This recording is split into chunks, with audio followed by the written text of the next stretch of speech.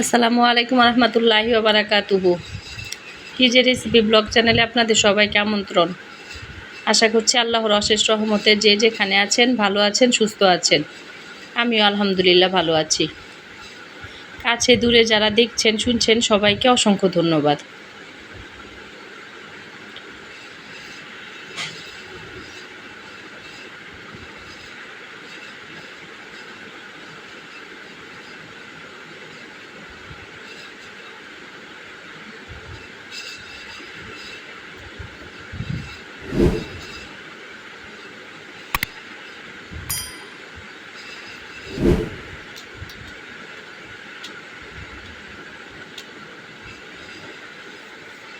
তো আজকে বিকালে চায়ের সাথে ঝাল ঝাল কিছু খেতে মন চাইলো। তো মন চাওয়ার সাথে সাথে যেই ভাবনা সেই কাজে চলে আসলাম কিচেনে। ভাবলাম ঝাল ঝাল কিছু বানিয়ে নেই চায়ের সাথে খাওয়ার জন্য, তার সাথে একটু আমার আপুদের সাথেও শেয়ার করি। তো একটু ঝাল করে ফুলকো ফুলকো কিছু পিঠা বানিয়ে নিলাম, ঝাল পিঠা। সেটাই চায়ের সাথে একদম খেয়ে মন প্রাণটা ভরে গেল। ঝাল জিনিস খেতে আসলে মজাই অন্যরকম। তো এই তো পেঁয়াজ কুচি নিলাম, কাঁচামরিচ, তারপরে জিরার গুঁড়া, সাথে দিলাম ম্যাগি মশলা, ম্যাগি বা ওই যে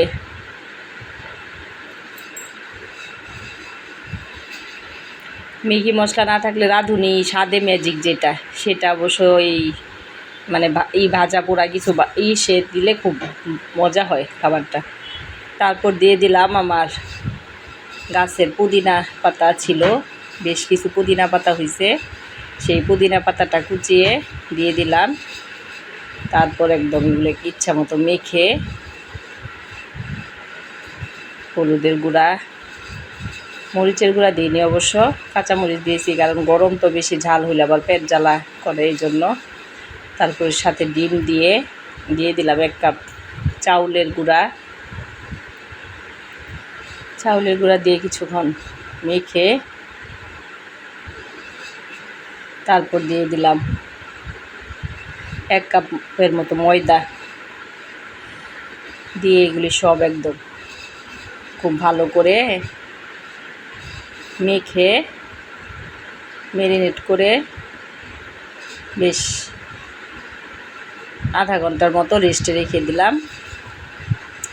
যদি সময় থাকে তাহলে আরও বেশি সময়, যত ম্যারিনেট করে রেখে দেওয়া যায় অত আর কি পিঠাটা বেশি মজা লাগে, আরও মানে নরম তুলতুলে হয়।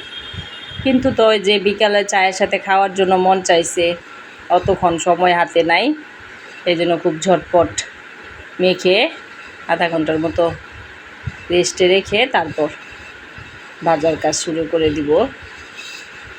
তো এই যে এখানে একটু এখন ভাজবো, এই জন্য একটু বেকিং সোডা, এটা আর কি খাওয়ার সোডা যেটা, এটা একটু দিয়ে নিলাম।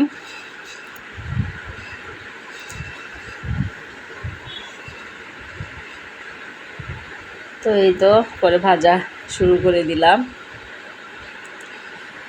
তো ভিডিওটা দেখতে থাকুন, আর সবাইকে একটাই অনুরোধ করব, যারা প্রতিদিন ভিডিওটা দেখেন তাদেরকে তো অসংখ্য অসংখ্য ধন্যবাদ।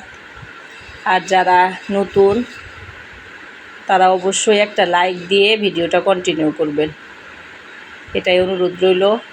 কারণ একটা লাইকের দ্বারা ভিডিওটা অনেক দূর পর্যন্ত পৌঁছে যায়।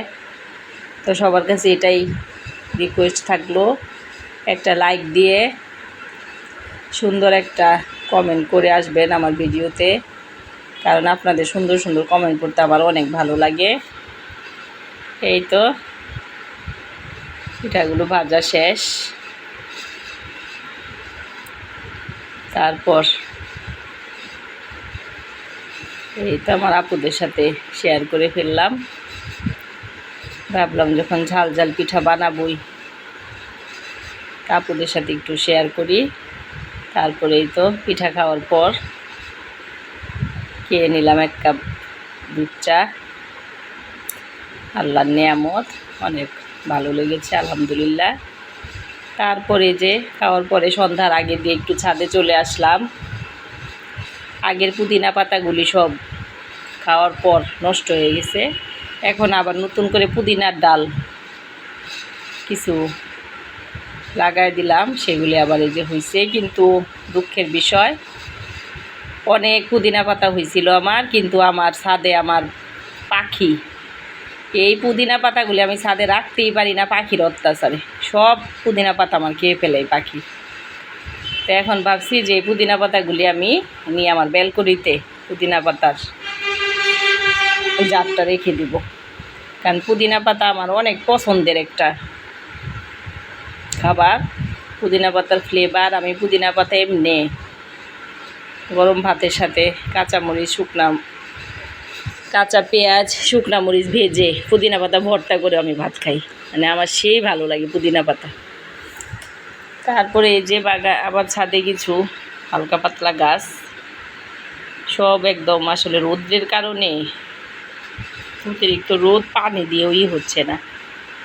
তো এই তো দুইটা সুন্দর গাঁদা ফুল ফুটেছে, একদম মন জোড়ানো ফুল। তো এই জন্য ভাবলাম একটু আপুদের সাথে শেয়ার করি, যেহেতু বিকালে চা নাস্তা শেষ করে সন্ধ্যার আগে দিয়ে আবার চলে আসছি ছাদে।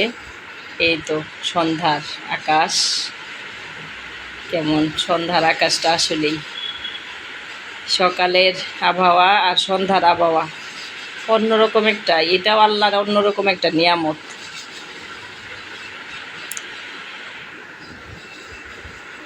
তো কষ্ট করে সবাই ভিডিওটা ফুল ওয়াচ করে দেখবেন, একটা লাইক দিয়ে, পারলে একটু শেয়ার করে দিবেন, সুন্দর সুন্দর মতামত কমেন্টে রেখে যাবেন।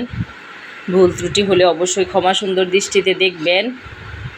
তো আজকের মতো এখানে বিদায় নিচ্ছি। আমার জন্য, আমার পরিবারের সবার জন্য দোয়া করবেন, ইনশাল্লাহ আমিও আপনাদের জন্য দোয়া করব। তো আজকের মতো এখানে বিদায় নিচ্ছি। আসসালামু আলাইকুম রহমতুল্লাহি ওয়া বারাকাতুহু।